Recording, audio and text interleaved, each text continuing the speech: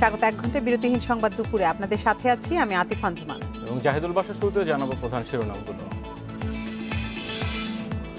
জাতীয় নেতাদের প্রতি জাতির শ্রদ্ধা, কুশীলবদের মুখোশ উন্মোচনে তদন্ত কমিশন হবে জানালেন কাদের।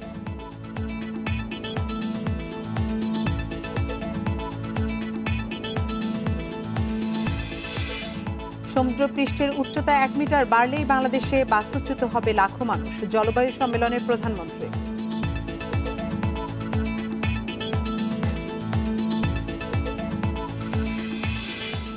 কুমিল্লায় মণ্ডপে কোরআন রাখার অভিযোগে গ্রেপ্তার ইকবালের দ্বিতীয় দফা রিমান্ড শেষ, তোলা হয়েছে আদালতে।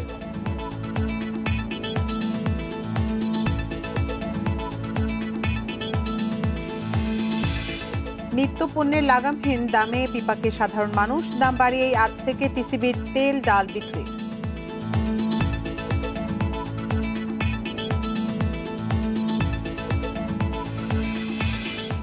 এবং বিশ্বকাপে রাতে আফগানিস্তানের বিপক্ষে ভারতের বাঁচা মরার ম্যাচ, বিকেলে লড়বে নিউজিল্যান্ড স্কটল্যান্ড।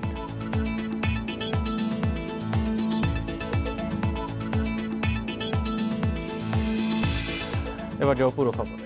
দণ্ডিতদের দণ্ড কার্যকরের পর জেল হত্যার নেপথ্যের খলনায়কদের ভূমিকা উন্মোচনে কমিশন গঠন করার কথা ভাবা হবে বলে জানিয়েছেন আওয়ামী লীগের সাধারণ সম্পাদক ওবায়দুল কাদের। অপরদিকে স্বরাষ্ট্রমন্ত্রী আসাদুজ্জামান খান আশ্বাস দিয়েছেন পলাতক 10 খুনিকে গ্রেপ্তারের। সকালে জেল হত্যা দিবসে রাজধানীতে আলাদা অনুষ্ঠানে এসব কথা উঠে আসে। জেল হত্যা দিবস উপলক্ষে জাতির পিতার প্রতিকৃতিতে শ্রদ্ধা নিবেদন করতে বুধবার সকাল 8:30টার দিকে কেন্দ্রীয় নেতাদের সাথে নিয়ে ধানমন্ডি 32 নম্বরে যান ওবায়দুল কাদের। প্রথমে প্রধানমন্ত্রীর পক্ষ থেকে শ্রদ্ধা জানান তারা, এর পরপরই দলের পক্ষ থেকে শ্রদ্ধা নিবেদন করা হয়। পরে গণমাধ্যমের মুখোমুখি হয়ে জেল হত্যা দিবস নিয়ে কথা বলেন আওয়ামী লীগের সাধারণ সম্পাদক। আগে হত্যাকাণ্ডের সাথে 10 জন তো বিদেশি আছে, দণ্ডিত 10 জন। এই হত্যাকাণ্ডের বিচার যাদের করা হয়েছে সেটা কার্যকর হোক, তারপরে অন্য কিছু ভাবা যাবে। এরপর নেতারা যান বনানী কবরস্থানে, যেখানে চিরনিদ্রায় শায়িত আছেন জাতীয় 4 নেতার 3 জন, সৈয়দ নজরুল ইসলাম, তাজউদ্দিন আহমদ ও ক্যাপ্টেন এম মনসুর আলী। আওয়ামী লীগ এর অঙ্গ সহযোগী সংগঠনের নেতাকর্মীদের শ্রদ্ধায় ফুলে ফুলে ছেয়ে যায় জাতীয় নেতাদের সমাধি। অপরদিকে ঢাকা কেন্দ্রীয় কারাগারে 4 নেতার স্মৃতিবিজড়িত সেল পরিদর্শন ও শ্রদ্ধা নিবেদন করতে যান স্বরাষ্ট্রমন্ত্রী। তিনিও কথা বলেন জেল হত্যার খুনিদের প্রসঙ্গে। বঙ্গবন্ধু হত্যাকাণ্ডের বিচার হয়েছে, আংশিক বিচার রায় কার্যকর হয়েছে এবং বাকি আসামিদেরও আমরা খুঁজে বেড়াচ্ছি। তাদেরকে যখনই আমরা আমাদের আওতায় পাবো তখনই এই ফাঁসির রায় কার্যকর হবে। এই জেল হত্যার ব্যাপারেও আমরা এই রায় কার্যকরের জন্য আমরা সর্বাত্মক প্রচেষ্টা নিচ্ছি। জাতীয় 4 নেতার বিষয়ে নতুন প্রজন্মকে জানাতে তাগিদ দেন তাজউদ্দিন আহমদের পুত্র তানজিম আহমদ সোহেল তাজ। স্কুল, কলেজ, ইউনিভার্সিটির বই পুস্তকে যদি আমরা তাদের জীবনীটাকে সুন্দরভাবে তুলে ধরতে পারতাম, তাহলে আমি মনে করি, আমরা বিশ্বাস করি যে নতুন প্রজন্ম ইন্সপায়ার্ড হতো এবং ভবিষ্যৎ একটি সুন্দর সোনার বাংলা গড়ার লক্ষ্যে আমরা নতুন প্রজন্মকে গড়ে তুলতে পারবো। শাহাদাত স্বপন, ইন্ডিপেন্ডেন্ট নিউজ, ঢাকা। 1975 সালের এই দিনে ঢাকা কেন্দ্রীয় কারাগারে বন্দী থাকা অবস্থায় নির্মম হত্যাকাণ্ডের শিকার হন জাতীয় 4 নেতা। সেদিন পাশের সেলে থাকা বন্দী এবং ইতিহাসবিদেরা মনে করেন মুক্তিযুদ্ধের পক্ষের শক্তিকে নেতৃত্ব শূন্য করতেই এই হত্যাকাণ্ড। বিচার নিয়ে অসন্তোষ জানিয়ে নেপথ্যের খলনায়কদের ভূমিকা উন্মোচনের জোর দাবি জানিয়েছেন তারা। 1975 সালের 15 আগস্ট সপরিবারে বঙ্গবন্ধু হত্যার পর বঙ্গবন্ধুর ঘনিষ্ঠ সহচর সৈয়দ নজরুল ইসলাম, তাজউদ্দিন আহমদ, ক্যাপ্টেন মনসুর আলী ও এইচ.এম. কামারুজ্জামানের স্থান হয় ঢাকা কেন্দ্রীয় কারাগার। তাদের সঙ্গে বন্দী হন খুনি চক্রের সরকারের যোগ না দেয়া আরও অনেক রাজনীতিক সহ বিভিন্ন অঙ্গনের ব্যক্তিরা। বন্দী অবস্থায় নানা গুজব ও অনিশ্চয়তার মাঝে দিন কাটতে থাকে তাদের। কারো কারো চলতে থাকে বিচারও। বঙ্গবন্ধু হত্যার মাত্র 2.5 মাসের মাথায় ঢাকা কেন্দ্রীয় কারাগারে ঘটে পৃথিবীর ইতিহাসের নজিরবিহীন এক হত্যাকাণ্ড। 1975 সালের 3রা নভেম্বরের বিভীষিকাময় সেই রাতের কথা শোনালেন পাশের সেলে থাকা 2 জন বন্দী। রাত 3টা থেকে পাগলা ঘন্টা শুরু হলো। আমি কিছু লোকের পদধ্বনি পেলাম। 2 নম্বর রুম থেকে কামারুজ্জামান সাহেবকে নিয়ে আসলেন, আর 3 নম্বর রুম থেকে মনসুর আলী সাহেবকে নিয়ে আসলেন। তাদের 4 জনকে ওই একই রুমে রাখল, লক আপটা খোলা রেখে ওনারা চলে গেলেন। এখানে বসা, এখান থেকে ঢুকেই এক লগে তোমার এই 5, 7, 6, 7 জনে ব্রাশ ফায়ার করছে। মানে একটা রুমে অটোমেটিক হাতিয়ার, হ্যাঁ, 36 জন গুলি থাকে একটা, এরকম 4-5টা গান যদি এক লগে ওপেন করে কত গুলি বাড়িছে। মানে পুরা মনে আমাদের মনে হলো তখন পুরো বিল্ডিং ভেঙে পড়ছে বোধহয়। জেল হত্যার বিচারে খুশি নন তাদের কেউই। বিচারও সম্পূর্ণ হয়নি। যে লোকগুলো সরাসরি আপনার এই মার্ডারে পার্টিসিপেট করছে তাদের বিচার হয়েছে, নেপথ্যে মানুষ ছিল না। যাদের ইশারায়, যাদের সরাসরি নির্দেশনায় কাজগুলো হয়েছে তারা কিন্তু পর্দার অন্তরালে রয়ে গেছে। তাদেরকে যেইভাবে হোক, ট্রাইব্যুনাল করে হোক, যে কোনো পন্থায় হোক, খুঁজে বের করে তাদের কিন্তু সর্বোচ্চ শাস্তির আমি এখন দাবি করি। ইতিহাসবিদ বলছেন, কাপুরুষোচিত এই হত্যার উদ্দেশ্য ছিল মুক্তিযুদ্ধের লক্ষ্যকে স্তব্ধ করে দেয়া। তারা বুঝেছিল যে বঙ্গবন্ধুকে সপরিবারে হত্যা করলে বঙ্গবন্ধুর নেতৃত্ব, বংশানুক্রমিক নেতৃত্ব নির্মূল করা সম্ভব, কিন্তু রাজনৈতিক নেতৃত্ব নির্মূল করা সম্ভব নয় যতক্ষণ না পর্যন্ত এই 4 জাতীয় নেতাকে হত্যা করা হয়। ইতিহাসের সত্য সংরক্ষণের বৃহত্তর স্বার্থেই জেল হত্যার পূর্বাপর বিস্তারিত তুলে ধরা জরুরি বলে মনে করেন ঘটনার সাক্ষী ও ইতিহাসবিদরা। শাহাদাত স্বপন, ইন্ডিপেন্ডেন্ট নিউজ, ঢাকা। জলবায়ু উদ্বাস্তুদের দায়িত্ব ভাগ করে নেওয়ার জন্য পুরো বিশ্বের প্রতি আহ্বান জানিয়েছেন প্রধানমন্ত্রী শেখ হাসিনা। স্কটল্যান্ডের পার্লামেন্টে কল ফর ক্লাইমেট প্রসপারিটি অনুষ্ঠানে এই আহ্বান জানান তিনি। এ সময় শেখ হাসিনা বলেন, সমুদ্রপৃষ্ঠের উচ্চতা আর 1 মিটার বাড়লেই বাস্তুচ্যুত হবে বাংলাদেশের লাখ লাখ মানুষ। জাতিসংঘ জলবায়ু সম্মেলন উপলক্ষে স্কটল্যান্ড সফররত প্রধানমন্ত্রী Sheikh Hasina climate vulnerable forum CVF বা ভুক্তভোগী দেশগুলোর প্রেসিডেন্ট হিসেবেও স্কটল্যান্ডে কয়েকটি সাইডলাইন বৈঠকে যোগ দেন। মঙ্গলবার দেশটির পার্লামেন্ট ভবনে কল ফর ক্লাইমেট প্রসপারিটি শীর্ষক বিশেষ সেশনে প্রধান বক্তা হিসেবে যোগ দেন Sheikh Hasina. Scottish parliament committee কক্ষে আয়োজনে প্রধানমন্ত্রী বলেন, বাংলাদেশে এরই মধ্যে 60 লাখ মানুষ জলবায়ু সংকটে বাস্তুচ্যুত হয়েছে। অতিরিক্ত আরও 11 লাখ রোহিঙ্গার ভার বইতে হচ্ছে। এ সমস্যার মোকাবিলা করা আরও কঠিন করে তুলেছে কোভিড-19 মহামারী। গ্লাসগোতে বিশ্বনেতারা জড়ো হয়েছে জলবায়ু পরিবর্তনের প্রতিকূল প্রভাবগুলির চ্যালেঞ্জ এবং ঝুঁকি মোকাবেলায় পদক্ষেপ নিতে। তবে কোনো দেশই এককভাবে তা প্রতিরোধ করতে সক্ষম নয়। উষ্ণতা বৃদ্ধি সহ প্রাকৃতিক দুর্যোগে বাংলাদেশের লাখ লাখ মানুষের জীবন ও জীবিকার উপর মারাত্মক নেতিবাচক প্রভাব ফেলছে। বৈশ্বিক উষ্ণায়নের কারণে সমুদ্রপৃষ্ঠের উচ্চতা বৃদ্ধি বাংলাদেশের জন্য একটি মারাত্মক হুমকি। সমুদ্রপৃষ্ঠের উচ্চতা 1 মিটার বৃদ্ধি পেলে বাংলাদেশের উপকূলীয় এলাকার লাখ লাখ মানুষ বাস্তুচ্যুত হবে। এর আগে জলবায়ু পরিবর্তনের কারণে ক্ষতিগ্রস্ত 48 দেশের জোট CVF এর সংলাপে শেখ হাসিনা অভিযোগ করেন, কার্বন নিঃসরণকারী উন্নত দেশগুলো তাদের প্রতিশ্রুত তহবিল না দেয়ায় জলবায়ু ঝুঁকিপূর্ণ দরিদ্র দেশগুলোকে অসহায় অবস্থার মধ্যে পড়তে হচ্ছে।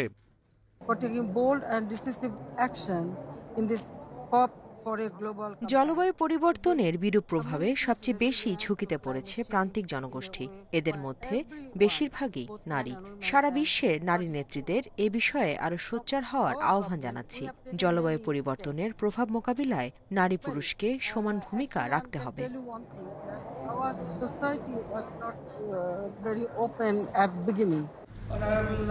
অনুষ্ঠানে শেখ হাসিনার ছোট বোন শেখ রেহানা এবং মেয়ে CVF এর থিমেটিক অ্যাম্বাসেডর সাইমা ওয়াজেদ উপস্থিত ছিলেন।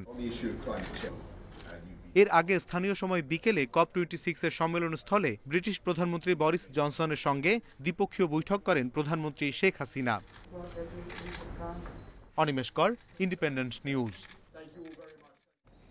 চলমান বায়ু সম্মেলনকে ঘিরে অনেক প্রত্যাশা সাতক্ষীরা উপকূলবাসীর। লবণাক্ততা আর জলোচ্ছ্বাসে বিধ্বস্ত এই জনপদে সীমাহীন দুর্ভোগ লেগেই রয়েছে। বানভাসীদের চাওয়া $100 মিলিয়ন তহবিল গঠনে বাংলাদেশের প্রস্তাব মেনে নেবে উন্নত বিশ্ব। উপকূলের দিকে বিশেষ নজর দেবে সরকার। জলবায়ু পরিবর্তনের প্রভাব কতটা ভয়াবহ তার সবচেয়ে নিষ্ঠুর উদাহরণ উপকূলীয় জেলা সাতক্ষীরার প্রতাপনগর ইউনিয়ন। ঘূর্ণিঝড় আম্পানের পর থেকে এখন পর্যন্ত প্রায় 1.5 বছর ধরে পানিবন্দী 10 গ্রামের মানুষ। দিনের পর দিন উচ্চতা বাড়ছে নদীর পানির, আর একের পর এক ভাঙছে বেড়িবাঁধ। রাত্রি ঘুমাচ্ছি, সকালে উঠে দেখতেছি জোয়ারের পানি। সংযোগ বিচ্ছিন্ন, একবারের থেকে আরেকবারে যেহেতু আমাদের কোমর পানি, গলা পানি সাঁতরাই যেতে হয়। মাত্র আমাদের টেকসই বেড়িবাঁধ না হলে আমাদের বাঁচার কোনো উপায় নেই। যাতে আমরা সুস্থ হলে দিন সামনে কাটাতে পারি, এইটি হলো আমাদের প্রধানমন্ত্রীর কাছে দাবি। সিডর আইলার তাণ্ডব থেকে ঘুরে দাঁড়াতে না দাঁড়াতেই পরবর্তী প্রায় প্রতি বছরই হামলে পড়ছে ঘূর্ণিঝড়। ক্ষতিপূরণের আশায় তারা চেয়ে বাংলাদেশ সরকারের দিকে। নজর রয়েছে জলবায়ু সম্মেলনেও। বিশেষ করে এই বেড়িবাঁধ নির্মাণ এবং উপকূলীয় মানুষের উদ্বস্ত যারা, তাদের জন্য পুনর্বাসনের ব্যবস্থা এবং উপকূলীয় যে ফসলাদি এই যে লবণাক্ততার কারণে হচ্ছে না। সেই গ্লাসগো সম্মেলন শেষে সরকারের কাছে আমাদের প্রত্যাশা সরকার যেন উপকূল নিয়ে নতুন করে সে চিন্তা ভাবনা করে। পরিবেশবাদীরা বলছেন, গ্লাসগো সম্মেলনে উত্থাপন করা প্রধানমন্ত্রীর প্রস্তাব বাস্তবায়ন হলেই বাঁচবে উপকূল। কার্বন নিঃসরণ কমানো, জলবায়ুর ক্ষতি প্রশমন ও পুনর্বাসনের ফান্ড নিশ্চিত করাই এর সমাধান। প্যারিস চুক্তিতে 2015 সালে কিন্তু পরিষ্কারভাবে বলা হয়েছিল উন্নয়নশীল দেশগুলিকে তারা উন্নত দেশগুলি তাদের ইনকামের, তাদের জিডিপির 0.07% টাকা সহায়তা করবে। আজকে সেই টাকাটা আমরা পাচ্ছি না সেই ক্ষতিগ্রস্ত দেশ হিসাবে। আমরা বলতে চাই লস এবং ড্যামেজের ভিত্তিতে আমাদের এই ক্ষতিপূরণ দিতে হবে। জলবায়ু ঝুঁকিতে থাকা 48 দেশের মধ্যে শীর্ষে রয়েছে বাংলাদেশ। আর দেশের মধ্যে সবচেয়ে বেশি ক্ষতিগ্রস্ত সাতক্ষীরা ও খুলনা উপকূল। Zahidul Bashar, Independent News, Dhaka. Corona মহামারীতে বাংলাদেশে মানসিক স্বাস্থ্য নিয়ে চ্যালেঞ্জের মুখে পড়তে হয়েছে। পাশাপাশি জলবায়ু পরিবর্তনের প্রভাবও দেখা দিয়েছে বলে জানিয়েছেন ক্লাইমেট ভালনারেবল ফোরাম সিভিএফ এর দূত সাইমা ওয়াজেদ পুতুল। মঙ্গলবার স্কটিশ পার্লামেন্টে জলবায়ু বিষয়ক এক সাইডলাইন বৈঠকে এসব কথা জানান তিনি।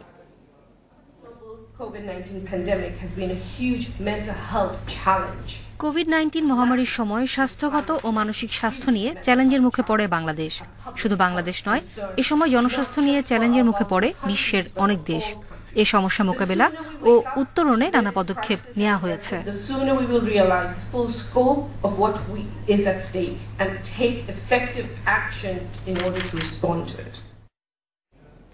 কুমিল্লায় পূজা মণ্ডপে কোরআন রাখা এবং ধর্ম অবমাননার ঘটনার মামলায় গ্রেপ্তার ইকবাল হোসেন সহ 4 আসামিকে আদালতে তোলা হয়েছে। এর আগে 4 আসামি দ্বিতীয় দফায় 5 দিনের রিমান্ড শেষ হয়। দুপুর 2টার দিকে 4 আসামিকে সিনিয়র জুডিশিয়াল ম্যাজিস্ট্রেট আদালতে তোলা হয়। তৃতীয় দফায় সব আসামির আরও 5 দিনের রিমান্ড চাওয়া হবে বলেও জানান সিআইডির কর্মকর্তা।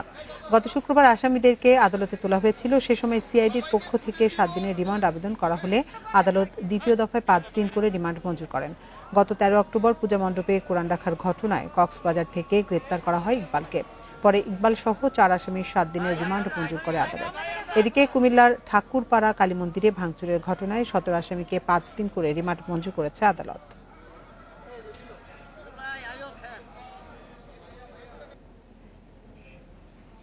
এ বিষয়ে আরো জানাতে এবার কুমিল্লা থেকে আমাদের সাথে যোগ দিচ্ছেন সহকর্মী তানভীর খন্দকার। তানভীর, 4 আসামিকে তো দুপুর 2টায় আদালতে তোলা হয়েছে, তাদের কয়দিন করে রিমান্ড চাওয়া হবে?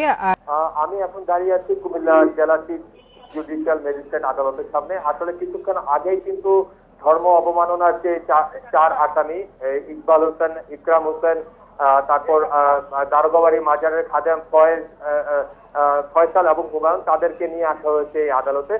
আমাদেরকে সিআইডির যে বিশেষ পুলিশ সুপার আছেন তিনি আমাদেরকে জানিয়েছেন তারা আজকেও কিন্তু আদালতের কাছে আরো 5 দিনের রিমান্ড চাইবেন। সেক্ষেত্রে আদালত যতদিনের রিমান্ড মঞ্জুর করবে তা হয়তো তাদেরকে সে পরিমাণ রিমান্ডে জিজ্ঞাসাবাদের জন্য আবার আসামিদেরকে নেওয়া হবে। এর আগে কিন্তু মোট 12 দিন এই 4 আসামিকে 2 দফায় জিজ্ঞাসাবাদ করা হয়েছে। তখন কিন্তু সিআইডি বলছে যে তাদের কাছ থেকে অনেক গুরুত্বপূর্ণ এবং চাঞ্চল্যকর তথ্য পাওয়া গেছে, যাদের মধ্যে অনেকেরই নাম উঠে এসেছে, অনেক ঘটনার কথাও এসেছে। সেই সব ঘটনা এবং ব্যক্তিদের নাম পর্যালোচনা করার জন্য আসলে অধিকতর জিজ্ঞাসাবাদের জন্য তাদেরকে আরো রিমান্ডের প্রয়োজন এবং তারা এই সময়টি চাইছেন।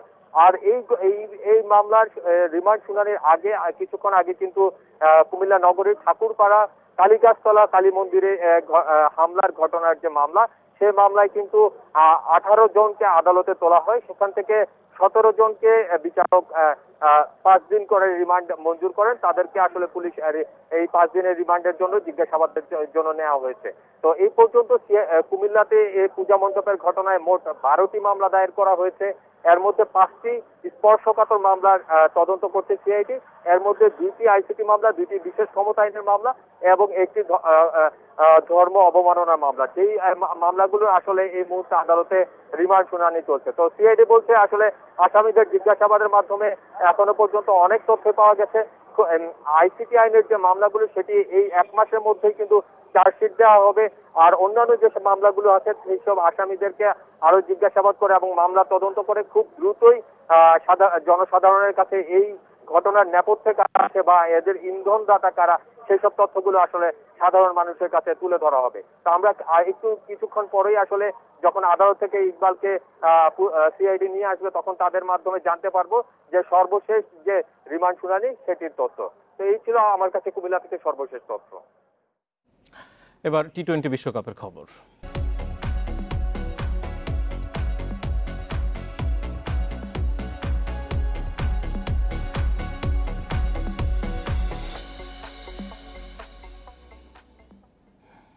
টি-20 বিশ্বকাপে আজ ভারতের বাঁচা মরার ম্যাচ। আবুধাবিতে আফগানিস্তানের চ্যালেঞ্জ নেবে কোহলির দল। ম্যাচ শুরু বাংলাদেশ সময় রাত 8টায়। এর আগে নিউজিল্যান্ড স্কটল্যান্ড ম্যাচ বিকেল 4টায়। এই সময় ক্রিকেটের সবচেয়ে বড় স্টেক হোল্ডার ভারত। বিপুল দর্শকের কারণে মেলে কারি কারি টাকায় স্পন্সর। টিম ইন্ডিয়াকে ঘিরে প্রত্যাশাও আকাশ ছোঁয়া। চলতি বিশ্বকাপে টানা 2 ম্যাচ হেরে প্রবল চাপে কোহলির দল। সেমির স্বপ্ন ফিকে হয়ে টুর্নামেন্ট থেকে ছিটকে যাবার শঙ্কা। এমন হতশ্রী পারফরমেন্সে চরম ক্ষুব্ধ সমর্থকরা। অভিযোগের তীর আইপিএল এর দিকে। ফ্রাঞ্চাইজি লিগ খেলাতেই নাকি ক্লান্ত টিম ইন্ডিয়া। সমালোচনার দাবানল যতই ছড়াক, কোহলিদের সেদিকে তাকানোর সুযোগ নেই। সামনে যে মাস্ট উইন ম্যাচ। আফগানিস্তানের কাছে হেরে গেলে স্বপ্নভঙ্গ হবে কোহলিদের। সেমির স্বপ্ন বাঁচিয়ে রাখতে ভারতকে জিততে হবে বাকি 3 ম্যাচই। সঙ্গে থাকতে হবে নিউজিল্যান্ডের হারের প্রার্থনায়। এখানেই শেষ নয়, এরপর আসতে পারে নেট রান রেটের হিসাব। আগের ম্যাচে ওপেনিংয়ে বদল এনে লাভ হয়নি। মিডল অর্ডারে পান্ডিয়া, পান্থ, জাদেজা নামের প্রতি সুবিচার করতে পারছে না। ব্যাটারদের আরো সাহসী হতে বলছেন কোহলি। বোলিংয়ে এক বুমরা ছাড়া বাকিরা নির্বিষ। স্পিনেও আসছে না সাফল্য। ফলে ভরুণের জায়গায় অভিজ্ঞ অশ্বিনের ডাক পড়বে।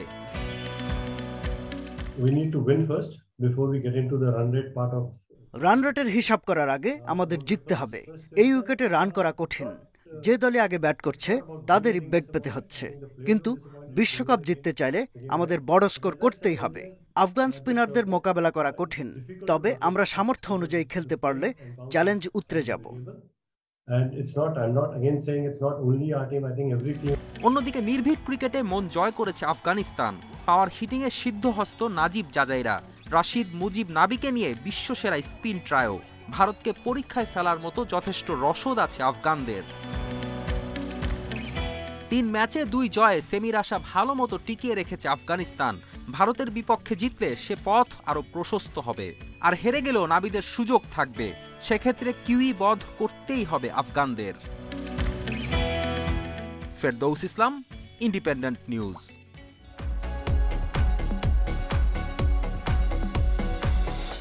আইসিসি টি-20 ওয়ার্ল্ড কাপ আপডেট সৌজন্যে ওয়ালটন স্মার্ট এসি। টি-20 বিশ্বকাপ সহ খেলার আরও খবর থাকছে সংবাদের পরের অংশে। এবার অন্যান্য প্রসঙ্গ। রাজধানীর আর্ট স্কুলে তৃতীয় দিনের মতো চলছে 12 থেকে 17 বছর বয়সী শিক্ষার্থীদের টিকাদান কর্মসূচি। আজ এই কর্মসূচিতে 18,000 শিক্ষার্থীর টিকা পাওয়ার কথা রয়েছে। এর মধ্যে মতিঝিল আইডিয়াল স্কুলের 20টি বুথে 4,000 ও বাকি 7 কেন্দ্রে 70 বুথে 14,000 শিক্ষার্থী টিকা পাবে বলে জানা গেছে। বেলা 3টা পর্যন্ত চলবে এই কার্যক্রম। মঙ্গলবার রাজধানীর আর্ট স্কুলে টিকা পায় 16,100 জন শিক্ষার্থী। শিক্ষকরা জানান, টিকা নেয়ার পর শিক্ষার্থীদের নিয়মিত খোঁজ রাখা হচ্ছে। টিকা দেওয়া শেষ হলেই শিক্ষা কার্যক্রমে গতি আরও বাড়বে। দেশে মাধ্যমিক পর্যায়ে শিক্ষার্থী রয়েছে 1.5 কোটির মতো। ধাপে ধাপে সব জেলায় শিক্ষার্থীদের টিকা কার্যক্রম শুরুর কথা রয়েছে।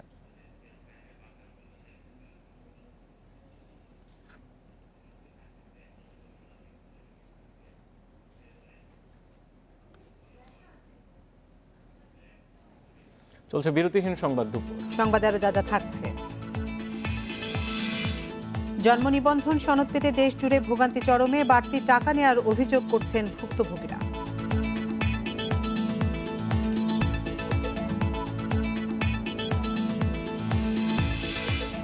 উদ্ধারকারী জাহাজ হামজা ও রুস্তমের মেয়াদ শেষ 10 বছর আগে দ্রুত পাল্টানোর পরামর্শ বিশেষজ্ঞদের।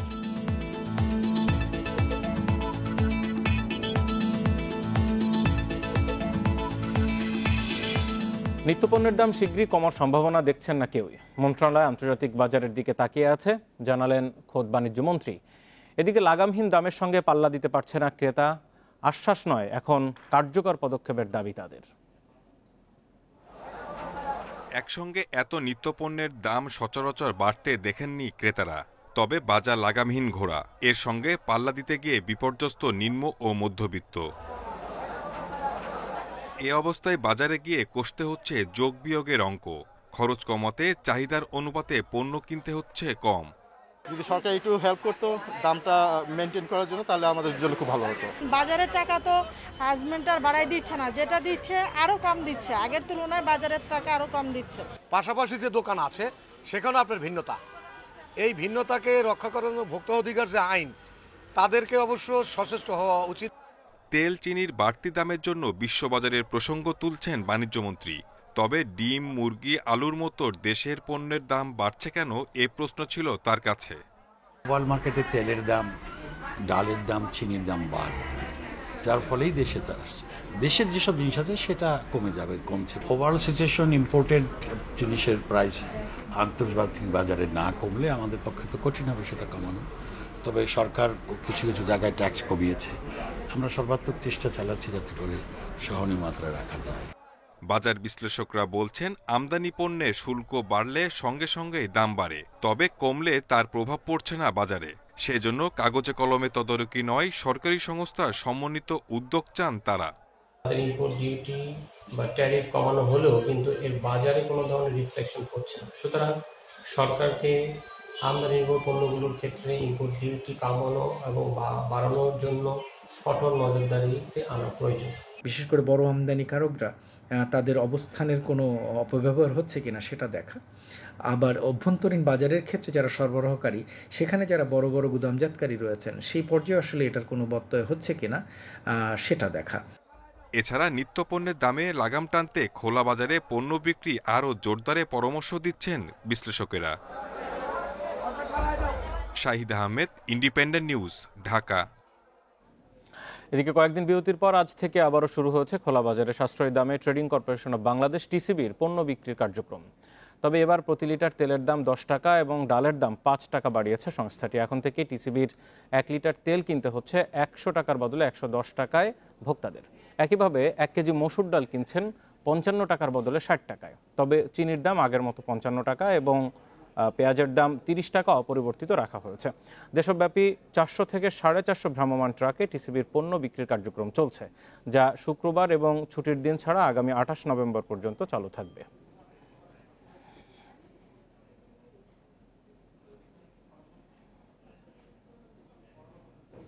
সহকর্মী শাহিদ হোসেন এই মুহূর্তে আমাদের সাথে সরাসরি যুক্ত রয়েছেন টিসিবির পণ্য বিক্রির সর্বশেষ খবর নিয়ে তেজগাঁও থেকে। শাহিদ, একটু জানাবেন যে আজকের কার্যক্রম কেমন, আর যেই দুটি পণ্যের দাম বাড়ানো হয়েছে এ বিষয়ে ভোক্তাদের আসলে প্রতিক্রিয়া কি?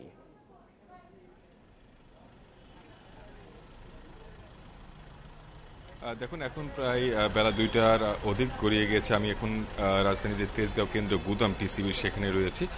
ঢাকা শহরে আজকে অন্যান্য দিনের তুলনায় টিসিবির তথ্য মতেও আজকে প্রায় 60টির মতো ট্রাক রয়েছে, যেহেতু এবং আজকে কিন্তু পেঁয়াজের বিক্রিটা হয় না, অর্থাৎ পেঁয়াজের সেই বরাদ্দটা আসে না। তাদের বক্তব্য অনুযায়ী বন্দরে কিন্তু আজকে খালাস হলে কালকে যখন আসবে তা আগামীকাল বা পরশু থেকে পেঁয়াজ বিক্রিটা শুরু হবে। এছাড়া অন্যান্য যে পণ্যগুলো সেগুলো বিক্রি রয়েছে। তবে আপনি যেটা বলছিলেন যে তেলের দাম লিটারে কিন্তু 10 টাকা এবং ডালের দাম কেজিতে 5 টাকা বাড়িয়ে দেওয়া হয়েছে, এই বিষয়গুলো ব্যাপক ক্ষোভ লক্ষ্য করা গিয়েছে। মূলত যারা এখানে ভোক্তা সাধারণ রয়েছেন, কয়েকটা জায়গায় ঘুরেছি, তারা যেটা বলছে বাজারে এমনি পণ্যের দাম বেশি, বেশি করে সয়াবিন তেলের দাম বেশি, সেখান থেকে যদি সরকারি সংস্থায় যদি লিটারে 10 টাকা বৃদ্ধি পায়, সেক্ষেত্রে তাদের শেষ যে ভরসার স্থল সেখানে কিন্তু তারা অনেক বেশি ভোগান্তির শিকার হচ্ছে। তবে টিসিবির বক্তব্য হচ্ছে বর্তমানে আন্তর্জাতিক বাজার বাড়তি এবং দেশের বাজারে যে বাড়তি দাম এটার সাথে সমন্বয় করতেই কিন্তু সরকার এটা করেছে, এবং তারা যেটা বলছে অনেকে একই পণ্য বারবার নিয়ে যে বাজারে যেটা কালোবাজারের সুযোগ সৃষ্টি হয় সেটাও যাতে রোধ করা যায় সেটার জন্য তারা তেলের দামটা বাড়িয়েছে। পাশাপাশি ডালের আন্তর্জাতিক বাজার এবং দেশীয় বাজারে যে দুটো বাজারকে সমন্বয় করতে ডালের দামটা বাড়ানো হয়েছে। তবে পেঁয়াজ এবং চিনির দামটা স্বাভাবিক রয়েছে। তবে ক্রেতাদের মধ্যে অভিযোগ যে শুধুমাত্র তেল কিনতে এলো তারা কিন্তু তেল পাচ্ছে না, সাথে পেঁয়াজ, চিনি এবং ডাল এটা তারা কিনতে বাধ্য হচ্ছে, তাদেরকে সবগুলো প্যাকেজ হিসেবে বিক্রি করা কিনতে হচ্ছে। আর যারা ডিলার বা বিক্রেতারা আছে তারা বলছে যেহেতু তাদের শুধুমাত্র তেল।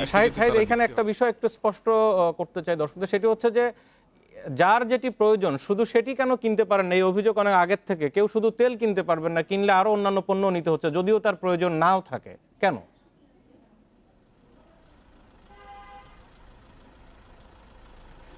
ঠিক এই প্রশ্নটি করা হয়েছিল এখানে যে কর্মকর্তা রয়েছে মুখপাত্র, তার কাছে তার বক্তব্য অনুযায়ী শুধুমাত্র একটি পণ্য যদি নেয় সেক্ষেত্রে অন্যান্য যে পণ্য সেই পণ্যটা তাদের কাছে অবিকৃত থেকে যাবে এবং সেই ডিলাররা যদি ওই পণ্যটা বাইরে বিক্রি করতে যায় সেক্ষেত্রে তারা আইনে ব্যত্যয় ঘটবে এবং সেক্ষেত্রে কালোবাজারি বিক্রিতে অভিযুক্ত হবে।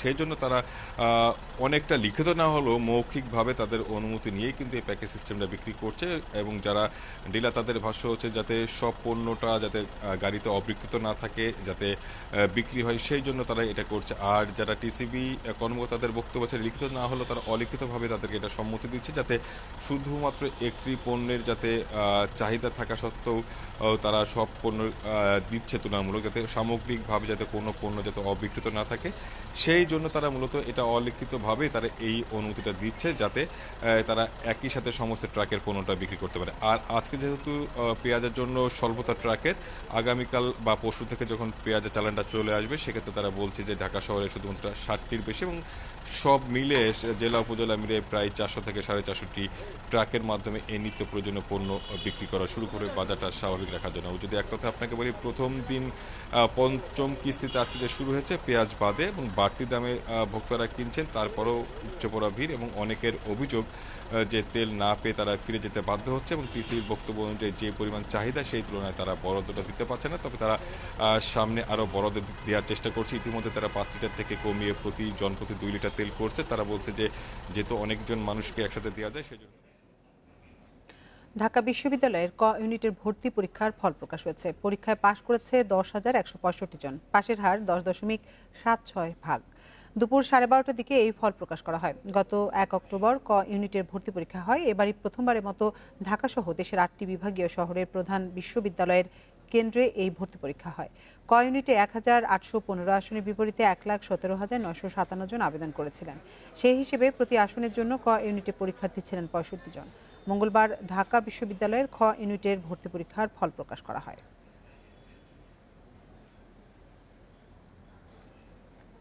রংপুরের হারাগাছ থানা পুলিশের অভিযানে তাজুল ইসলামের মৃত্যুর ঘটনায় একজন অতিরিক্ত পুলিশ কমিশনারের নেতৃত্বে 4 সদস্যের তদন্ত কমিটি গঠন করা হয়েছে।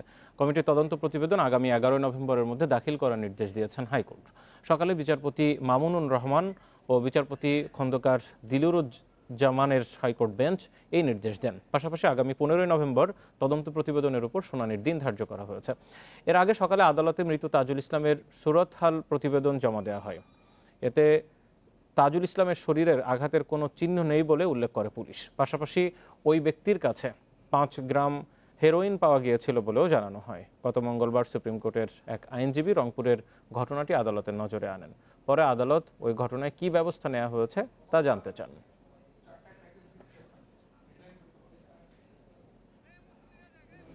কক্সবাজারের টেকনাফ রোহিঙ্গা ক্যাম্প থেকে কথিত আরসা নেতা মোহাম্মদ হাশিমের মরদেহ উদ্ধার করেছে পুলিশ। মঙ্গলবার হোয়াইক্যাংয়ের ক্যাম্পের ভেতরে তার মরদেহ পাওয়া যায় বলে নিশ্চিত করেছে পুলিশ। তাকে আরসার সেকেন্ড ইন কমান্ড বলে দাবি করছে স্থানীয় রোহিঙ্গারা। তবে এই ধরনের সংগঠনের বিষয়ে মন্তব্য করতে রাজি নয় স্থানীয় প্রশাসন। হাশিমের মৃত্যুর পর থেকে ক্যাম্প জুড়ে নিরাপত্তা ব্যবস্থা জোরদার করা হয়েছে। সম্প্রতি উখিয়ার রোহিঙ্গা ক্যাম্পে মাদ্রাসায় হামলা চালিয়ে 6 জনকে হত্যা এবং রোহিঙ্গা নেতা মুহিবুল্লাহ হত্যাকাণ্ডের পেছনে আরসা দায়ী বলে দাবি করেছে সাধারণ রোহিঙ্গারা।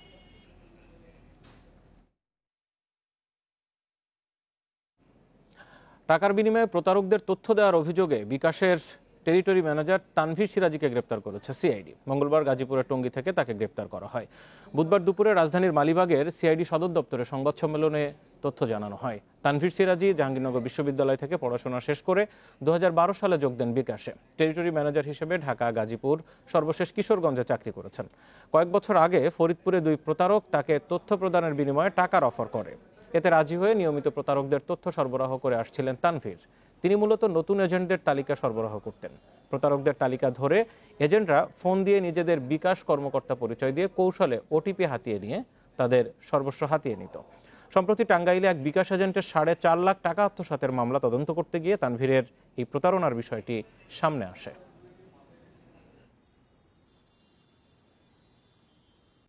জন্ম নিবন্ধন সনদ পেতে ভোগান্তি উঠছে চরমে পৌঁছেছে। প্রতিদিন বিভিন্ন জেলায় সনদ পেতে সংশ্লিষ্ট দপ্তরে গিয়ে ঘন্টার পর ঘন্টা অপেক্ষায় থাকতে হয় হাজারো মানুষকে। কোথাও কোথাও বাড়তি টাকা নেওয়ার অভিযোগও করেছেন ভুক্তভোগীরা। শুধু সনদ পাওয়া নয়, ভোগান্তি পোহাতে হচ্ছে জন্ম সনদ সংশোধনেও।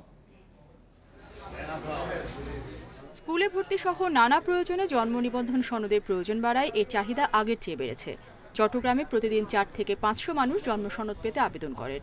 তবে নানা জটিলতায় দিনের পর দিন ঘুরেও সনদ পাচ্ছেন না অনেকে।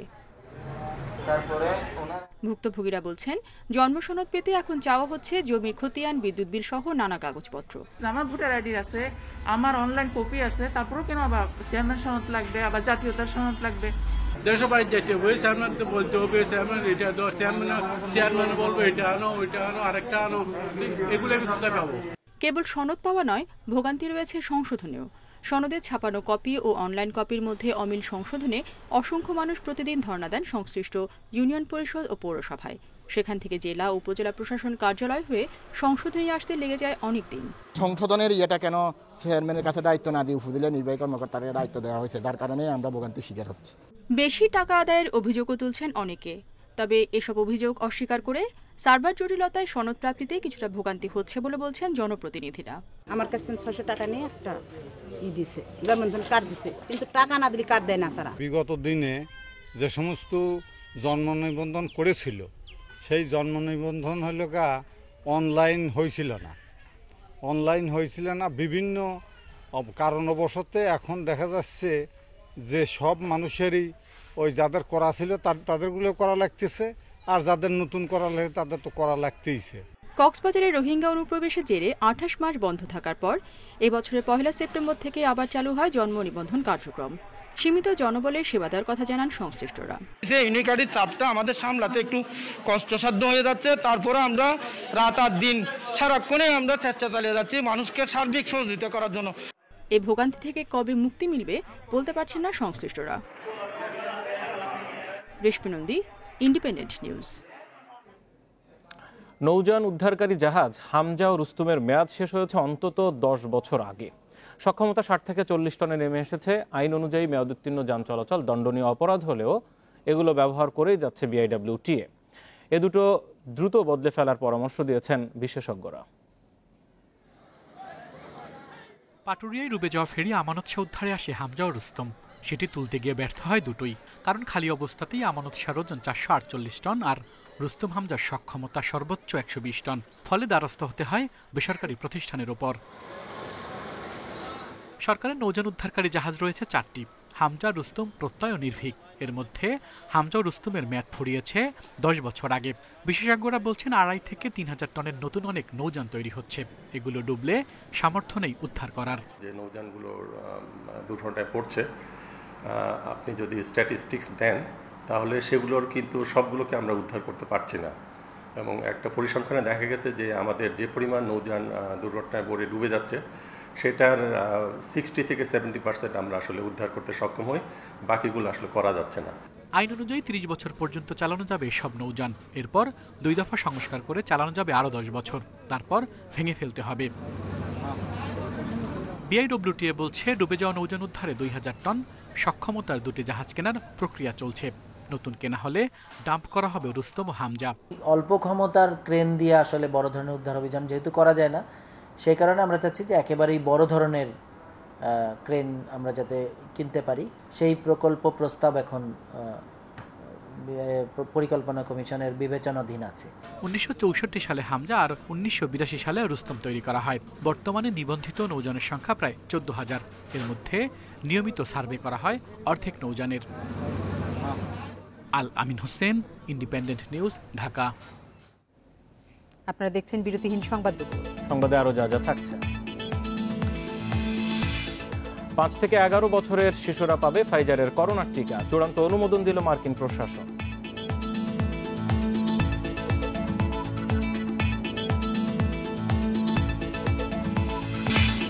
সরবরাহ সংকটের শঙ্কায় চীনা নাগরিকদের নিত্যপণ্য মজুদের আহ্বান সরকারের, বৈরী আবহাওয়ার প্রভাব।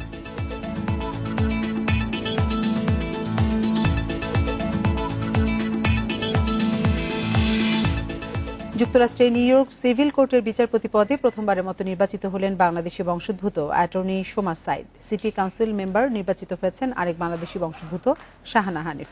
মঙ্গলবার রাতে নিউ ইয়র্কের স্থানীয় সরকার নির্বাচনের চূড়ান্ত ফলাফলে প্রথমবারের মতো দুই বাংলাদেশি নারীর বিজয়ে উচ্ছ্বাস প্রকাশ করেন যুক্তরাষ্ট্র প্রবাসী বাংলাদেশিরা।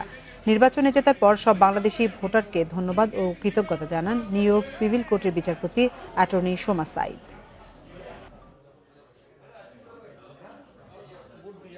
আমাদের জন্য, কমিউনিটির জন্য একটা নতুন চ্যাপ্টার ওপেন হচ্ছে এবং আমি চাচ্ছি যে আরো লোকজন লিগ্যাল ফিল্ডে আসবে এবং কল্পনা করবে, স্বপ্ন দেখবে যে তারাও জাজ হবে, এবং আমার জন্য দোয়া করবেন। বিশ্বে করোনায় একদিনে মারা গেছে ৬,৮১১ জন, নতুন শনাক্ত ৩,৮৪,০০০-এরও বেশি। এই নিয়ে মোট প্রাণহানি ছাড়িয়েছে ৫০,২৮,০০০, আর এ পর্যন্ত আক্রান্ত ২৪,৮২,০০,০০০-এরও বেশি মানুষ। পুরো ইউরোপ জুড়ে আবারও বাড়ছে করোনায় সংক্রমণ এবং মৃত্যু।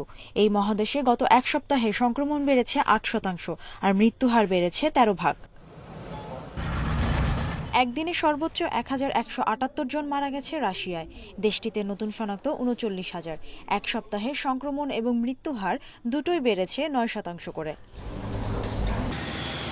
জার্মানিতেও এক সপ্তাহে সংক্রমণ বেড়েছে ৪৮%, আর মৃত্যুহার বেড়েছে ২১৩ ভাগ। এদিকে করোনার ভয়াল থাবায় চাপ বেড়েছে রোমানিয়ার স্বাস্থ্য ব্যবস্থায়। গুরুতর অসুস্থ রোগীদের চিকিৎসার জন্য জার্মানির বিভিন্ন হাসপাতালে নেওয়া হচ্ছে। ইউক্রেনে গণপরিবহন এবং লোক সমাগম হয় এমন স্থানগুলোতে টিকা না নেওয়া লোকজনকে যেতে নিষেধ করা হয়েছে। যুক্তরাজ্যেও এক সপ্তাহে মৃত্যুহার বেড়েছে ১৫%। চীনের একটি প্রাইমারি স্কুলের কর্মকর্তা করোনা আক্রান্ত হওয়ায় এক রাত শিক্ষার্থীদের স্কুলে রাখা হয়। করোনা পরীক্ষার ফলাফল আসার পর স্কুলটিতে লকডাউন ঘোষণা করে কর্তৃপক্ষ। কিছু শিক্ষার্থীদের পাঠানো হয় কোয়ারেন্টিনে। ৫ থেকে ১১ বছরের শিশুদের জন্য ফাইজারের টিকার চূড়ান্ত অনুমোদন দিল যুক্তরাষ্ট্র। এক বিবৃতিতে মার্কিন প্রেসিডেন্ট জো বাইডেন বলেছেন, টিকা দেওয়ার মধ্য দিয়ে শিশুদের নিয়ে মা বাবাদের উদ্বেগ কমবে। দেশটিতে এ পর্যন্ত মারা গেছে ৭.৫ লাখের বেশি মানুষ। ২৪ ঘন্টায় সেখানে মৃতের সংখ্যা ১,০০০ ছাড়িয়েছে, আর শনাক্ত হয়েছে ৫৯,০০০। Mushrifa Nuzhat, independent news. সরবরাহ সংকটের শঙ্কায় নাগরিকদের নিত্যপণ্য মজুত করার আহ্বান জানিয়েছে চীন সরকার। করোনা সংক্রমণ ফের বেড়ে যাওয়া এবং বৈরী আবহাওয়ার কারণে নিত্যপণ্যের সরবরাহ বিঘ্ন হওয়ার শঙ্কা রয়েছে। এজন্যই সরকারের পক্ষ থেকে এই আহ্বান জানানো হয়েছে বলে জানিয়েছে বার্তা সংস্থা রয়টার্স। করোনা ভাইরাসের উৎপত্তিস্থল চীনে ফের বাড়তে শুরু করেছে ভাইরাসের সংক্রমণ। পাশাপাশি দেখা দিয়েছে ভারী বৃষ্টি, বন্যার মতো নানা প্রাকৃতিক দুর্যোগ। রয়েছে শীতকালীন অলিম্পিকের আগে খাদ্যদ্রব্যের দাম বাড়ার শঙ্কাও। ফলে দেশটির স্বাভাবিক জীবনযাত্রা ব্যাহত হওয়ার আশঙ্কা করা হচ্ছে। এ পরিস্থিতিতে শীতের আগেই সাধারণ নাগরিকদের খাবার, সবজি সহ নিত্য প্রয়োজনীয় জরুরি পণ্যদ্রব্য মজুদ করার নির্দেশ দিয়েছে চীন সরকার। প্রতিকূল পরিস্থিতিতে সরবরাহ সংকট দেখা দেয় শঙ্কা জানিয়েছে সরকার। চীনের স্থানীয় গণমাধ্যমগুলো জানিয়েছে, নতুন নির্দেশনায় সংকট নিরসনের লক্ষ্যে নাগরিকদের প্রয়োজনের অতিরিক্ত খাবার মজুদে নিষেধাজ্ঞা দেয়া হয়েছে। এছাড়াও রেস্তোরাঁগুলোকে মাত্রাতিরিক্ত খাবার ফেলে না দেওয়ার নির্দেশ দিয়েছে সরকার। চীন সরকারের বাণিজ্য মন্ত্রণালয়ের নোটিশে সংশ্লিষ্ট কর্তৃপক্ষকে খাদ্যের সরবরাহ স্বাভাবিক রাখা এবং আঞ্চলিক পর্যায়ে মজুদ ও দাম স্থিতিশীল রাখার বিষয়টি নিশ্চিত করার নির্দেশ দেওয়া হয়েছে। বৈরী আবহাওয়ার কারণে অক্টোবরের শুরুতে চীনের বৃহত্তম সবজি উৎপাদন অঞ্চল সানডংতের উৎপাদন ক্ষতিগ্রস্ত হয়। ফলে শসা, পালং শাক এবং ব্রোকলির মতো সবজির দাম দ্বিগুণ হয়ে যায়। সরকারের এ নির্দেশনার পর দেশটির নিজস্ব সামাজিক যোগাযোগ মাধ্যমে উদ্বেগ জানিয়েছেন চীনের নাগরিকরা। Lutfa Fauzia, independent news. জলবায়ু সম্মেলনে যোগ না দেয়ায় চীন ও রাশিয়ার নেতাদের কঠোর সমালোচনা করেছেন মার্কিন প্রেসিডেন্ট জো বাইডেন। COP26-এ নিজেরা যোগ না দিয়ে রুশ প্রেসিডেন্ট ভ্লাদিমির পুতিন ও চীনের প্রেসিডেন্ট শি জিনপিং তাদের প্রতিনিধি পাঠিয়েছেন। মঙ্গলবার সম্মেলনে বক্তৃতা দেওয়ার সময় এই দুই নেতার সমালোচনা করেন বাইডেন। বলেন, পরিবেশ নিয়ে এত বড় ইস্যুতে পুতিন ও শি জিনপিং এর মুখ ফিরিয়ে নেওয়া খুবই হতাশাজনক। বিশ্বের সবচেয়ে বেশি কার্বন নিঃসরণকারী দেশ চীন গ্লাসগো জলবায়ু সম্মেলনের প্রথম চুক্তি হিসেবে 2030 সালের মধ্যে বনজরের উজাড় শূন্যের কোঠায় নামিয়ে আনার বিষয়ে একমত হয়েছে বিশ্বের শতাধিক দেশ। সেই সাথে 2030 সালের মধ্যে মিথেন গ্যাসের নির্গমন 30% কমিয়ে আনার বিষয়েও সম্মতি এসেছে সম্মেলনে। এদিকে বনাঞ্চল রক্ষা উন্নয়নের $900 কোটি অর্থ সহায়তার ঘোষণা দিয়েছেন মার্কিন প্রেসিডেন্ট জো বাইডেন।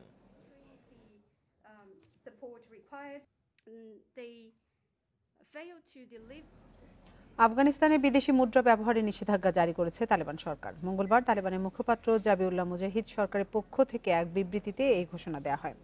বিবৃতিতে ইসলামিক আমিরাতের সব নাগরিক, দোকান মালিক, ব্যবসায়ী, বিনিয়োগকারী এবং সাধারণ মানুষকে সব ধরনের বিদেশি মুদ্রা ব্যবহার করা থেকে বিরত থাকার জন্য নির্দেশ দেওয়া হয়েছে। নিষেধাজ্ঞা অমান্য করলে কঠিন শাস্তির মুখোমুখি হতে হবে বলেও হুঁশিয়ারি দেন তিনি। কাতার ভিত্তিক সংবাদ মাধ্যম আল জাজিরা বলছে, আফগানিস্তানের অভ্যন্তরে অনেক জায়গায় মার্কিন ডলার ব্যবহার হয়ে থাকে।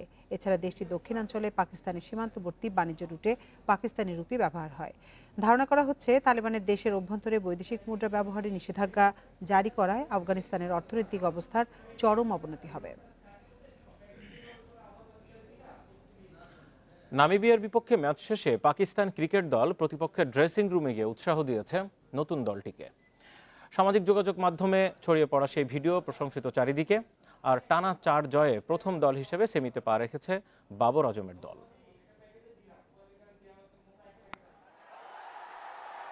ক্রিকেটে আনকোরা দল নামিবিয়া পাকিস্তানের কাছে ওদের হারারই কথা, হেরেছেও। কিন্তু নামিবিয়ার ক্রিকেটের মাঝে ভবিষ্যৎ দেখেছেন বিশ্লেষকদের অনেকেই। ম্যাচ শেষে নামিবিয়ার ড্রেসিং রুমে হঠাৎই উপস্থিত পাকিস্তান ক্রিকেট দলের বেশ কয়েকজন। আচমকা আগমন নতুন দলকে উৎসাহ দিতে। টিম ম্যানেজারের সঙ্গী আফ্রিদি, হাফিজ, সাদাব, হাসান আলীরা। ব্যাটিংয়ের ক্লান্তির কারণে অধিনায়ক বাবর আজম না এলেও অন্যরা দারুণ কিছু সময় কাটিয়েছেন নামিবিয়ার ক্রিকেটারদের সঙ্গে, যা এখন সামাজিক যোগাযোগ মাধ্যমে ছড়িয়ে পড়েছে। সবচেয়ে ইনফর্ম দলটির আগমনে বদলে যায় আফ্রিকার দেশটির ড্রেসিং রুমের চেহারা। প্রথমবারের মতো অংশ নিয়ে টি-20 বিশ্বকাপের সুপার 12-এ খেলছে নামিবিয়া। সেখানে স্কটল্যান্ডকে হারিয়ে একটা জয়ও তুলে নিয়েছে। এদিকে টানা 4 জয়ে সেমি নিশ্চিত করা পাকিস্তানের অন্যতম ভরসা ছিল ওপেনিং জুটি। নামিবিয়ার বিপক্ষেও সেই বাবর রিজওয়ান জুটিতে এসেছে 113 রান। ফর্ম ধরে রাখার আনন্দ রিজওয়ানের। ইনিংসের শুরুতে নামিবিয়ার বোলাররা ভালো বোলিং করেছে, দ্রুত রান তুলতে পারিনি, এজন্য তাদের কৃতিত্ব দিতেই হয়। আমাদের পরিকল্পনা ছিল ম্যাচটা দীর্ঘ করা, আমরা সেটাই করেছি। শেষের দিকে দ্রুত রান তুলেছি। এবারের বিশ্বকাপে পাকিস্তান আর ইংল্যান্ডই এখন পর্যন্ত শতভাগ জয় ধরে রেখেছে। ফাইনালের অন্যতম দাবিদারও এই দুটি দল। Rukhsana Afroz, independent news. নারী ওয়ানডে বিশ্বকাপের বাছাইয়ে তুলনামূলক সহজ গ্রুপে পড়েছে বাংলাদেশ। বি গ্রুপে টাইগার্সদের সঙ্গে পাকিস্তান, জিম্বাবুয়ে, থাইল্যান্ড ও যুক্তরাষ্ট্র। হারারেতে বাংলাদেশ পাকিস্তান ম্যাচ দিয়ে আসর শুরু 21 নভেম্বর। এর আগে 19 তারিখ প্রস্তুতি ম্যাচ খেলবে জাহানারা সালমারা। বাছাইয়ে কোনো নকআউট পর্ব নেই। প্রিলিমিনারি লিগ থেকে 6 দল যাবে সুপার 6-এ, সেখান থেকে 3 দল সুযোগ পাবে মূল পর্বে। এখন পর্যন্ত ওয়ানডে বিশ্বকাপের মূল পর্বে খেলেনি বাংলাদেশ নারী দল। এর আগে 2বার বাছাই পর্ব খেলে তারা প্রতিবারই হয়েছে পঞ্চম। 2022-এর 4 মার্চ থেকে নিউজিল্যান্ডে বিশ্বকাপ শুরু।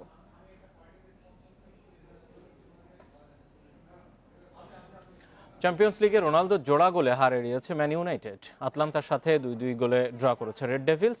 আর ডায়নামো কিয়েভকে হারিয়ে টানা দ্বিতীয় জয় পেয়েছে বার্সেলোনা। ঘরের মাঠে 12 মিনিটেই ইলিচিচের গোল লিড নেয় আটলান্টা। পিছিয়ে পড়া ইউনাইটেডকে প্রথমার্ধের ইনজুরি টাইমে সমতা এনে দেন ক্রিস্টিয়ানো রোনালদো। তবে বিরতির পর জাপাতার গোলে আবারও এগিয়ে যায় স্বাগতিকরা। দ্বিতীয়ার্ধের ইনজুরি টাইমে জোড়া পূর্ণ করে দলকে 1 পয়েন্ট এনে দেন CR7। এদিকে অন্তর্বর্তী কোচের অধীনে গুরুত্বপূর্ণ 3 পয়েন্ট পেয়েছে বার্সেলোনা। 70 মিনিটে আনসু ফাতির গোলে টেবিলের 2-এ উঠে এসেছে কাতালানরা।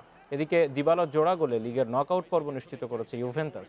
অন্যদিকে ই গ্রুপে বেনফিকাকে হারিয়ে নকআউটের টিকিট পেয়েছে বায়ার্ন মিউনিখ।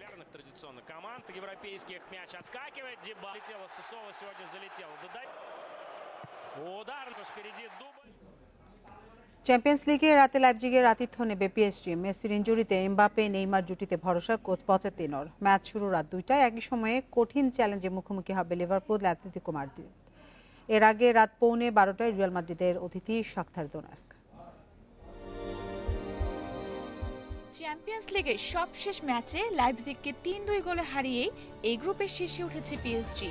এবার খেলা যখন প্রতিপক্ষের ডেরায়, তখন পিএসজি পাচ্ছে না মেসিকে, ফলে কিছুটা দুশ্চিন্তা থেকেই যাচ্ছে ফরাসি জায়ান্টদের। আগের ম্যাচে জোড়া গোল ছিল মেসির, এবার সেই দায়িত্ব এমবাপ্পে নেইমারদের। এই গ্রুপে ৩ ম্যাচে ৭ পয়েন্ট নিয়ে একে পচেতিনোর দল। জয় দিয়ে শীর্ষস্থান দখলে রাখতে চায় পিএসজি, বিপরীতে ৩ ম্যাচ হেরে তলানিতে লাইপজিগ। মৌসুমে দলের নতুন আসা ফুটবলাররা ধীরে ধীরে মানিয়ে নিতে শুরু করেছে, ম্যাচে উন্নতিও করছে, পরিকল্পনা অনুযায়ী সবকিছু হচ্ছে। দলের সেরা তারকার অভাব আশা করি বাকিরা পূরণ করতে পারবে। গ্রুপ বিতে লিভারপুলের কঠিন চ্যালেঞ্জ আতলেতিকোর সামনে। ঘরের মাঠে ক্লপের দলকে হারাতে পারেনি, টিকে থাকার মহারণে সিমিওনের শিষ্যরা এবার সে প্রতিশোধ নিতে পারবে, নাকি অ্যানফিল্ডে অলরেডদের কাছে পরাজয় মেনে নেবে? ৩ ম্যাচ থেকে পূর্ণ ৯ পয়েন্ট নিয়ে নির্ভর আছে লিভারপুল। আতলেতিকোর বিপক্ষে জয় পেলেই নিশ্চিত নকআউট পর্ব। সুয়ারেজ করে দেওয়ার আক্রমণের বিপরীতে শক্তি হয়ে উঠবেন সালাহ মানেরা। ইতিহাদে ক্লাব ব্রাগাকে আতিথ্য দেবে ম্যানচেস্টার সিটি।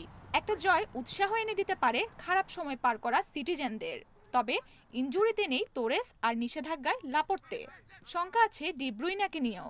এই গ্রুপে পিএসজির চেয়ে ১ পয়েন্ট পিছিয়ে ২-এ গার্দিওলার দল। Roksana Afroz, independent news. শৈবালের উৎপাদন বৃদ্ধির মাধ্যমে বায়ুমণ্ডল থেকে গ্রিনহাউস গ্যাস কমিয়ে আনা সম্ভব বলে মনে করছেন রাশিয়ার একদল বিজ্ঞানী। সামুদ্রিক শৈবাল ঠিক কতটুকু কার্বন সংগ্রহ করতে পারে এবং এটিকে শক্তি তৈরিতে ব্যবহার করা যায় কিনা তা নিয়ে কাজ করছেন এই বিজ্ঞানীরা। রাশিয়ায় আগামী ৩০ বছরের মধ্যে গ্রিনহাউস গ্যাসের গড় নিঃসরণ কমিয়ে আনার লক্ষ্যমাত্রা নির্ধারণ করেছে পুতিন সরকার। এদিকে দেশটির পূর্বাঞ্চলীয় জীবাশ্ম জ্বালানি সমৃদ্ধ দ্বীপ শাখালিনের বিজ্ঞানীরা এর মাঝে জলজ উদ্ভিদ নিয়ে কাজ শুরু করেছেন। তারা মনে করেন ৩.৫ বিলিয়ন বছরের পুরনো জলজ জীব শৈবাল বায়ুমণ্ডলে গ্রিনহাউস গ্যাস কমাতে অবদান রাখতে পারে। স্থলভাগে গাছের মতো সমুদ্রের শৈবালও সালোক সংশ্লেষণের মাধ্যমে বায়ুমণ্ডল থেকে কার্বন ডাই অক্সাইড গ্রহণ এবং অক্সিজেন ত্যাগ করে। শাখালিন স্টেট ইউনিভার্সিটির কেমিক্যাল বায়োলজিক্যাল রিসার্চ ল্যাবরেটরির প্রধান এলেনা ল্যাপকোভস্কয়া বলেন, সামুদ্রিক শৈবালগুলো ঠিক কতটুকু কার্বন সংগ্রহ করতে পারে এবং এটিকে শক্তি তৈরিতে ব্যবহার করা যায় কিনা তা নিয়ে কাজ করছেন তিনি। শৈবালের উৎপাদন বৃদ্ধি বিশ্বকে জলবায়ু পরিবর্তনের সাথে খাপ খাইয়ে নিতে সহায়তা করে। আমাদের অর্থনৈতিক অঞ্চলের মতো প্রচুর পরিমাণে শৈবাল জন্মানো সম্ভব। রাশিয়া কেন এই পথ অনুসরণ করছে না এবং সারা বিশ্বের কাছে প্রমাণ করছে না যে আমরা জলবায়ু পরিবর্তন মোকাবেলায় সাহায্য করতে পারি? তবে শৈবাল উৎপাদনের ক্ষেত্রে সঠিক তাপমাত্রা প্রয়োজন বলে মনে করেন এলেনা। শৈবাল উৎপাদনের জন্য আমাদের পর্যাপ্ত পানি অঞ্চল রয়েছে। তাছাড়া আমাদের পানি বেশ পরিষ্কার হয় এবং আদর্শ তাপমাত্রা থাকায় ভালো উৎপাদন সম্ভব। এদিকে ২০২৫ সালের মধ্যে কার্বন নিরপেক্ষ হওয়ার লক্ষ্য বাস্তবায়নের নানা পরিকল্পনা গ্রহণ করেছে শাখালিন কর্তৃপক্ষ। Shahriar, Anirban, independent news. সংবাদ দুপুরে আজকের আয়োজনে পর্যন্ত। ইন্ডিপেন্ডেন্ট টেলিভিশনের সব খবরে বিস্তারিত জানতে চোখ রাখুন ফেসবুক, ইউটিউব এবং টুইটারে। এতক্ষণ সাথে থাকার জন্য ধন্যবাদ সবাইকে।